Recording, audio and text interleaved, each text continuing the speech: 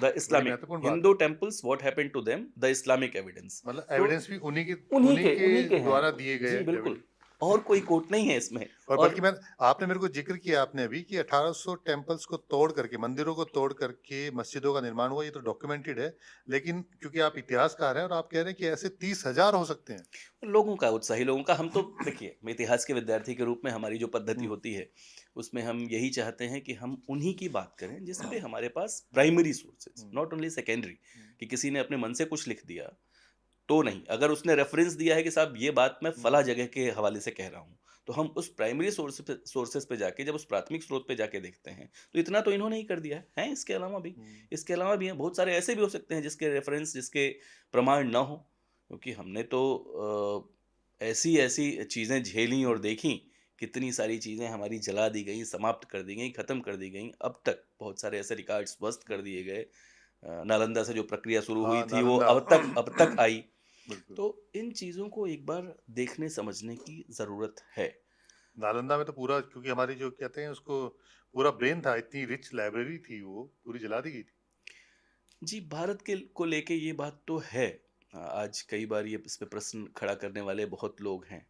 लेकिन भारत अपनी ज्ञान परंपरा के लिए दुनिया में बहुत बिल्कुल। अलग तरह का रहा है, अनूठा रहा है। ये हुँ, सही बात है, लेकिन चूँकि हमारे पास कम से कम साढ़े 4-5 हज़ार साल का डिसकंटिन्यूड हिस्ट्री हुँ, है, अविच्छिन्न इतिहास है। इसलिए उसमें बहुत सारे उत्कर्ष के, या जो हम जिसे हम कहें उत्कर्ष के ऊँचाई के बिंदु हैं, तो बहुत सारे पराभव के या निचले स्तर के भी बिंदु हैं हमारे पास। हमें कभी ऊँच-नीच होती रही उसके साथ। लेकिन ये भी सही है कि दुनिया को पहला विश्वविद्यालय हाँ, तक्षशिला भारत की ही देन है। बिल्कुल, ज़ीरो हमने ही दिया।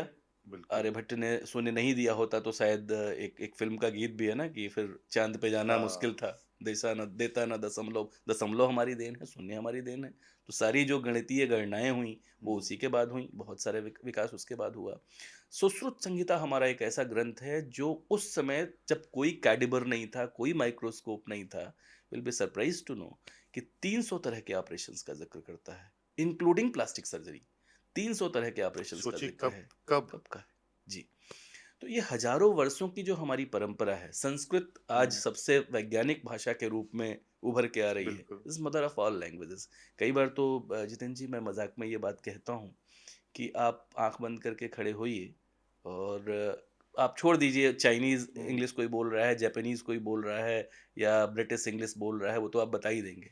मैं तो कहता हूँ 4 प्रांतों के लोग बोलें, उड़िया आदमी बोले, हुँ, बिहारी कोई बोले, हुँ, तमिलनाडु का कोई बोले, और आँख में बंद करके बता दूँगा कि ये कहाँ का व्यक्ति बोल रहा है। लेकिन आप संस्कृत की वैज्ञानिकता देखिए कि मैं मेरा अनुभूत हुँ, किया हुआ है, अनुभव किया हुआ है कि मैं कश्मीर में, श्रीनगर में शंकराचार्य पहाड़ी पर शंकराचार्य मंदिर में खड़ा रहूँ, हुँ, या रामेश्वरम सुदूर दक्षिण में, हुँ, सुदूर उत्तर से सुदूर दक्षिण रामेश्वरम के मंदिर में खड़ा रहूँ, या द्वारिकापुरी में जाके पश्चिम में, या पूरब चला जाऊँ कामाख्या माँ के मंदिर में खड़ा रहूँ। अगर मंत्रोच्चार होता है, या नेपाल जाके पशुपतिनाथ मंदिर में खड़ा हो जाऊँ। बिल्कुल। अगर मंत्रोच्चार होता है, तो तो मैं एक बार आँख बंद कर लिया तो मेरे लिए ये जानना कठिन होगा कि मैं देश के या दुनिया के किस हिस्से में हुँ, खड़ा हूँ। हुँ, ये संस्कृत की बिल्कुल, वैज्ञानिकता है। बिल्कुल। तो ये संस्कृत को आज बहुत सारे लोग मान रहे हैं, पूरे वर्ल्ड एकेडमिया माना जा रहा है कि सभी भाषाओं की हुँ, जननी संस्कृत है दुनिया की। संस्कृत है, सबसे पुराना ग्रंथ हमने ऋग्वेद के रूप में दिया। बिल्कुल। ये तो चलिए संभल और बाकी चीज़ों की बात होगी। मैं इसी बीच में सबसे पहले इस बात को जानना चाहूँगा, क्योंकि आप इतिहासकार हैं, जो मंदिरों को तोड़ करके जो मस्जिदों का निर्माण किया गया और उससे आपको दिखता है, आज भी पता लगता है कि ये मंदिर थे। तो जब वो डिस्ट्रॉय कर रहे थे, वो क्या एक माइंडसेट था, दिखाने के लिए कर रहे थे कि हम तुम्हारे मंदिर के ऊपर ये बना रहे हैं मस्जिद, और वो प्रमाण छोड़ के जाते थे ताकि तुम्हें पता लगता रहे कि ये चीज़ है। तो क्या एक माइंडसेट था उनका ये? केवल 1400 साल का धर्म है, लेकिन दुनिया में 50 देश आज इस्लामिक हो गए। बिल्कुल। तो क्या बहुत प्यार से सब हो गया? कतई नहीं। जो इतिहास कहता है, जो प्राइमरी सोर्सेज़ कहते हैं, बहुत हिंसा हुई, बहुत रक्तपात हुआ, बहुत यातनाएँ, बर्बरता, क्रूरता, दमन का जो चक्र चला इस प्रक्रिया में, वो बहुत ज़बरदस्त है। और एक उसका हिस्सा ये भी था, एक बड़ा हिस्सा था कि जहाँ भी वो गए, जैसे भारत में आए, तो भारत में जो उस समय हिंदू रह रहे हैं या सनातनी रह रहे हैं, उनके धर्म पे अपने धर्म की प्रभाविता उनको स्थापित करनी थी। ये तो भारत थोड़ा अलग तरह का देश था हुँ, कि ज़िंदा रह गया। हम आज भी अपनी पहचान के साथ ज़िंदा रह गए, बहुत कम लोग कन्वर्ट हुए। आज भी वो 15, 17, 18% की आबादी रह गई और 80% अभी भी बहुसंख्यक लोग ही रह गए। लेकिन दुनिया के 50 से अधिक देश, लगभग 56 देश हैं, 49 पूर्णतः इस्लामिक देश हैं, बिल्कुल। जहाँ पे लोग कन्वर्ट हुए। इसी 13-1400 साल का इतिहास है वो।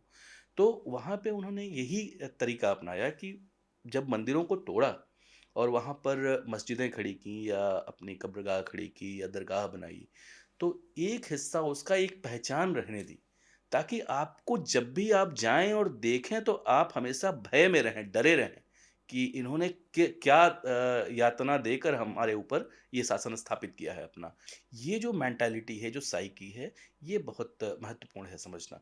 क्योंकि जो अच्छा, खासकर जो हिंदुओं की चेतना के सबसे बड़े केंद्र थे, अयोध्या हो, मथुरा हो, काशी हो, संभल हो, इस तरह के जो एकदम चेतना के सबसे बड़े केंद्र थे, उन पे बहुत खतरनाक तरीके से काम किया गया। ये तो हिंदू अलग मिट्टी के लोग हैं, अलग अलग तरह की सोच के लोग हैं, जो सर्वाइव कर कि वो गए। सरवाइव कर गए। और छोटा सा मतलब क्या गजब का, कई बार लगता है कि क्या फाइटिंग इंस्टिंक्ट है। ठीक है, कमजोरी आई है हमारे समाज में, उससे हम इनकार नहीं करते। कमजोरी आई कि हम पराभूत हुए, हमारे ऊपर किसी और का शासन हुआ, परकियों ने शासन किया हमारे ऊपर। लेकिन सोचिए कि ये वही समाज है जहाँ पे लगातार हमले होते रहे। शक आए, यवन आए, हूण आए, कुषाण आए, पहलव आए, पार्थियन आए, तुर्क आए, मंगोल आए, अंग्रेजों तक वो पूरा सिलसिला चल रहा है। 17 बहुत बड़े आक्रमण हुए, लेकिन फिर भी आज हम भारत के रूप में अभी भी हमारी पहचान बिल्कुल। जिंदा रह गई है। ये बहुत बड़ी बात है। क्यों? इसके पीछे एक आरोप लगाया गया। ब्रिटिश जो थिंक टैंक्स हैं, या सो कॉल्ड इंटेलेक्ट है, उनका वो ये आरोप लगाता है कि साहब इन्हें तो, Indians have no sense of history, they don't have sense of history. वो कहते हैं कि इतिहास का तो उनको जो ज्ञान है या उसकी जो जो समझ है वो है ही नहीं। लेकिन आप सोचिए कि ऐबक तोड़ रहा है आदि विश्वेश्वर, जो मूल था, बिल्कुल। और उस पे, उसी के जगह, उसी से सटे जाके रजिया वहाँ पे मास्क बना दे रही है। लेकिन 500 साल बाद जाके जो जयपुर के राजा, आमेर के राजा हैं जयसिंह, जयसिंह जाके वहाँ पे मंदिर बना रहे हैं, आदि विश्वेश्वर नाम से जो मंदिर आज भी है। हाँ। ज्ञान वापी वाला परिसर दूसरा है, लेकिन जो मूल सबसे जो पहला मूल। जो विश्वनाथ मंदिर बिल्कुल। था, वहाँ जाके बना रहे हैं। उस जगह को हमने कभी छोड़ा नहीं। काशी में ही ऐसी आपको तो बहुत ये सारी जगहें ये ये मिलेंगी। माइंडसेट बताता है कि हम जो है जी। अपनी चीजों को ठीक करने में विश्वास रखते हैं, ना बिल्कुल। कि दूसरे पे कब्जा करने में। बिल्कुल नहीं। भारत ने कब किया? भारत तो कभी इस, भारत या हिंदू या सनातन ने जो एक्सपेंशन किया भी, हम्म। आज हम, हमारी प्रेजेंस पूरे दुनिया के एक बड़े हिस्से में है। पूरे हम्म। South and South East Asia में हम गए, लेकिन हम कभी तलवार लेके नहीं गए। हम अपने ज्ञान को लेके गए, हम अपनी प्रतिभा को लेके गए, हम अपने अध्यात्म को लेके गए, हम अपने दर्शन को लेके गए। इसलिए प्रभाव आपको दिखेगा। आपको दुनिया का सबसे बड़ा जो हिंदू मंदिर आज, भाई हम्म। उस रूप में नहीं अभी पूजा हो रही है, लेकिन सबसे बड़ा हिंदू मंदिर दुनिया का भारत में नहीं है, वो अंकोर वाट में है, कंबोडिया में, कंबोडिया में। है ना? और ऐसे दुनिया भर में, थाईलैंड का आप उदाहरण हम्म। देख लीजिए, राम और राम कथा आपको पूरे पूरे उसमें पूरे south and south south east south Asia में साउथ ईस्ट दिखेगी। एशिया में दिख मैं जाएगी। तो अभी शामिल था जब अयोध्या मंदिर का लोकार्पण हो रहा था, उसके 1-2 दिन हाँ, आप पहले। गए थे, यस। जी, मैं उसके पहले एक आध वहाँ भी शामिल था। एक हम्म। बहुत जो south and South east Asian countries के लोग रामलीला करते हैं। वो उस हर साल आते भी हैं शायद दिल्ली जी, में करने के तो लिए। इंडोनेशिया वालों से मेरी हम्म। बात हो रही थी। मैं वहाँ आमंत्रित था मुख्य अतिथि के रूप में, मेरी खूब चर्चा हुई उनसे। वो सभी मुस्लिम हैं, लेकिन हम्म। क्या गज़ब का वो राम राम की कथा को हाँ, ये जीते देखिए हैं। कितनी हैरानी की बात है कि वो और अगर मुस्लिम देश है और कितनी अच्छी रामलीला करते हैं, रामायण। आबादी के लिहाज से हाँ। दुनिया का सबसे बड़ा मुस्लिम देश है बिल्कुल। वो, लेकिन राम वहाँ पे उनके मन में गहरे पैबस्त हैं। हम्म। और बड़े हिस्से में जो आपके जो कोरिया की फर्स्ट लेडी हैं, वो कहती हैं कि हमारी तो शुरुआत ही, या हमारे जो पूर्वज हैं, हम्म। वो अयोध्या से ही हैं। तो ये दुनिया के एक बड़े हिस्से में तो हम कभी तलवार लेके नहीं गए। हम अपने ज्ञान, अपने अपने प्रतिभा, अपनी मेधा, अपने धर्म, अपने दर्शन, अपने अध्यात्म के साथ गए। तो जो पुराने इतिहासकार थे उन्होंने ग्लोरीफाई किया मुगल्स आए और किस तरह से यहाँ पर जो है अलग अलग चीजें बना करके इतनी सारी चीजें बना के गए, वो किसी के ऊपर अत्याचार नहीं करते थे। आपको नहीं लगता है कि इस हिस्ट्री को फिर से लिखे जाने की जरूरत है? निश्चित रूप से ज़रूरत है। और लिखा, मैं ये मानता हूँ, ये नहीं कह रहा कि उन्होंने सब कुछ गलत ही किया, हम्म। सब कुछ खराब ही बताया, हम भी वही सारा इतिहास पढ़े। लेकिन उनको भी समझना ज़रूरी है। बहुत अच्छा प्रश्न आपने जितेंद्र जी ये उठाया है। उनकी साइकी को भी समझना ज़रूरी है कि क्यों कर रहे थे। हाँ। मैं उसमें उनका कोई दोष भी नहीं मानता। हमने भी उनकी किताबें ही पढ़ी हैं। हुआ क्या कि अंग्रेजी शिक्षा ने, या मैकाले की जो पूरी शिक्षा थी, उसने सबसे पहला काम किया कि हमें अपनी जड़ों से काट दिया। हम्म। 1835 के बाद धीरे-धीरे हम अपनी जड़ों से कटते गए।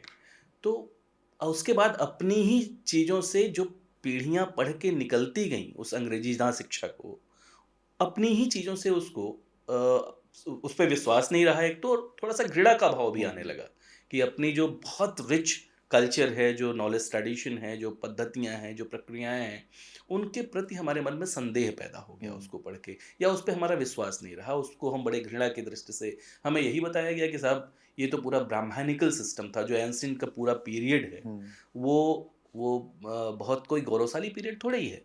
वो तो पूरा ब्राह्मणिकल सिस्टम था, ब्राह्मण अपने हिसाब से इस समाज को चलाते थे और नीचे के लोगों पे बड़ा अत्याचार हाँ, करते थे। आजकल ये आजकल यहाँ बड़ा चल यहाँ भी रहा है, मैं फिर महिलाओं से पे, देख रहा हूँ, ये जी, वाला बड़ा दोबारा से नैरेटिव चलाने की कोशिश भी की जा रही यहाँ महिलाओं पे है। बड़ा अत्याचार होता था। हुँ, ये सब बहुत स्ट्रैटेजिकली वहाँ पे प्लांट किया गया। आप कॉरेस्पॉन्डेंसेस पढ़िए हुँ, ना, हुँ, लोग पढ़ते नहीं हैं।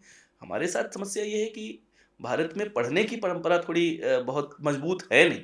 लोग पढ़ते तो इस बात को ठीक तरीके से हुँ, या जो शिक्षक थे उनको उनको बताते। हुँ, शिक्षक खुद ही बहुत उनके मस्तिष्क, क्षमा कीजिएगा इस बात के लिए, लेकिन दूषित हो गए। उनकी पढ़ाई-लिखाई जिस तरह की हुई उसमें हुँ, वो बिल्कुल, दूषित हो बिल्कुल। गए।